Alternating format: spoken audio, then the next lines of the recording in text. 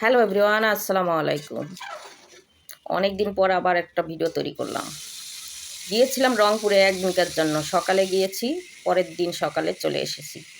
সারা রংপুরটা ঘুরে বেরিয়েছি আমার হাজব্যান্ডের সঙ্গে। জরুরি একটা দরকার ছিল, এজন্য গিয়েছিলাম। কিন্তু থাকার পরিচিতি মনে হলো না, চলে আসলাম রংপুর থেকে। তো রংপুরে হচ্ছে আমাজন হোটেলে আমি খেয়েছিলাম কালাভুনা। তো ওটার ভিডিও করা আছে, দেব আপনাদের মাঝে। আর আমি রান্না করছি এখানে মুরগির রোস্ট ও গরুর মাংস। এই যে গরুর মাংসটা মাখিয়ে রেখেছিলাম, চুলার উপরে উঠিয়ে দিয়েছি। আর এই যে রোস্ট ভেজে রেখেছিলাম, পেঁয়াজ ভুনা করছি। আসলেই রংপুর থেকে এসে ভাবলাম যে আমার বাচ্চাদেরকে আবার রান্না করে খাওয়াই। ঈদের সময় তো খেয়েছে তারা, তারপরও ভাবলাম যে রংপুরে গিয়েছিলাম, তারা তো খেতে পারে নাই, রান্না করে রেখে গিয়েছিলাম। তো এসে হচ্ছে রান্না শুরু করলাম। মুরগির রোস্ট, এটা হচ্ছে দেশি মুরগি, এই জন্য বেশি করে ভেজেছি। 3টা মুরগি হয়েছিল 3.25 কেজি, মোরগ আর মুরগি মিলায় ঝিলায়। তো এবার হচ্ছে মুরগির দাম অনেক বেশি। গরুর দাম যেরকম মুরগির দামও ঠিক তেমনই। 750 টাকা কেজি নিয়েছে মুরগি, দেশি মুরগি। দামটা কেন বললাম, আসলে দেশি মুরগি একটু খাই তো, তাই একটু দামটা বেড়ে গেছে। আর মনে হয় দেশি মুরগি খাবো না, এই জন্য বললাম। তো মশলা কষিয়ে রোস্ট ভাজাগুলো দিয়ে দিলাম, দিয়ে যে আবার কষিয়ে নিচ্ছি।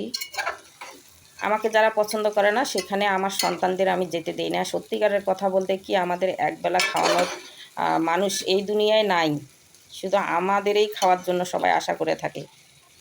তো এই জন্য কোথাও যাওয়া হয় না। রংপুরে গেলাম নানাবাড়িতে, জরুরি একটা কাজ ছিল, তাই সকালে গেছি আর পরের দিন সকালবেলা চলে এসেছি। সারা দিন হচ্ছে রংপুরে শহর আমার হাজব্যান্ড আর আমি রিক্সা ভাড়া করে ঘুরে বেরিয়েছি মনের আনন্দতে। মানে এমনিতেই মন থেকে হচ্ছে সারা রংপুর শহর আমি ঘুরে বেড়ালাম। ভালো লাগলো। আমার হাজব্যান্ড আর আমি রিক্সা একটা ভাড়া করে শেষে বললাম যে খাবো, তো আমাজন হোটেলে গেলাম খেতে। তো আমাজন হোটেলে খাওয়াটা ভালোই ছিল, তবে মাংসটা একটু কম সিদ্ধ হয়েছে। আমি ভিডিও করেছি, আপনাদের মাঝে দেব। ভিডিওটা এডিট করা হয়নি, আর এই ভিডিওটা আমি এডিট করলাম আজকে।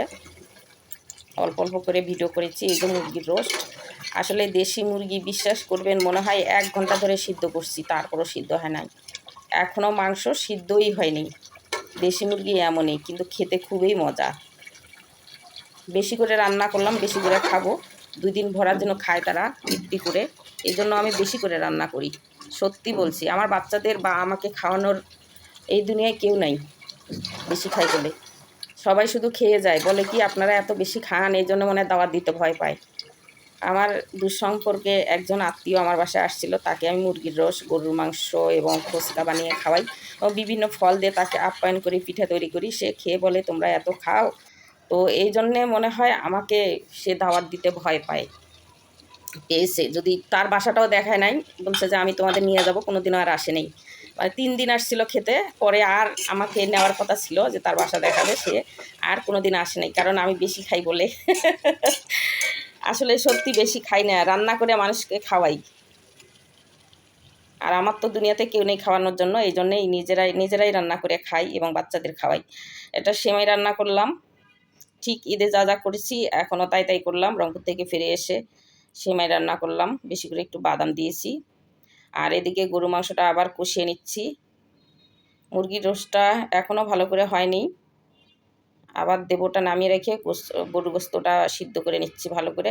আর নতুন 2টা পাতিল কিনেছিলাম, লাইভে দেখিয়েছি আমি ঈদের আগে। এই নতুন পাতিলে রান্না করছি, ক্যামা কোম্পানির। তো সবাই ভালো থাকবেন।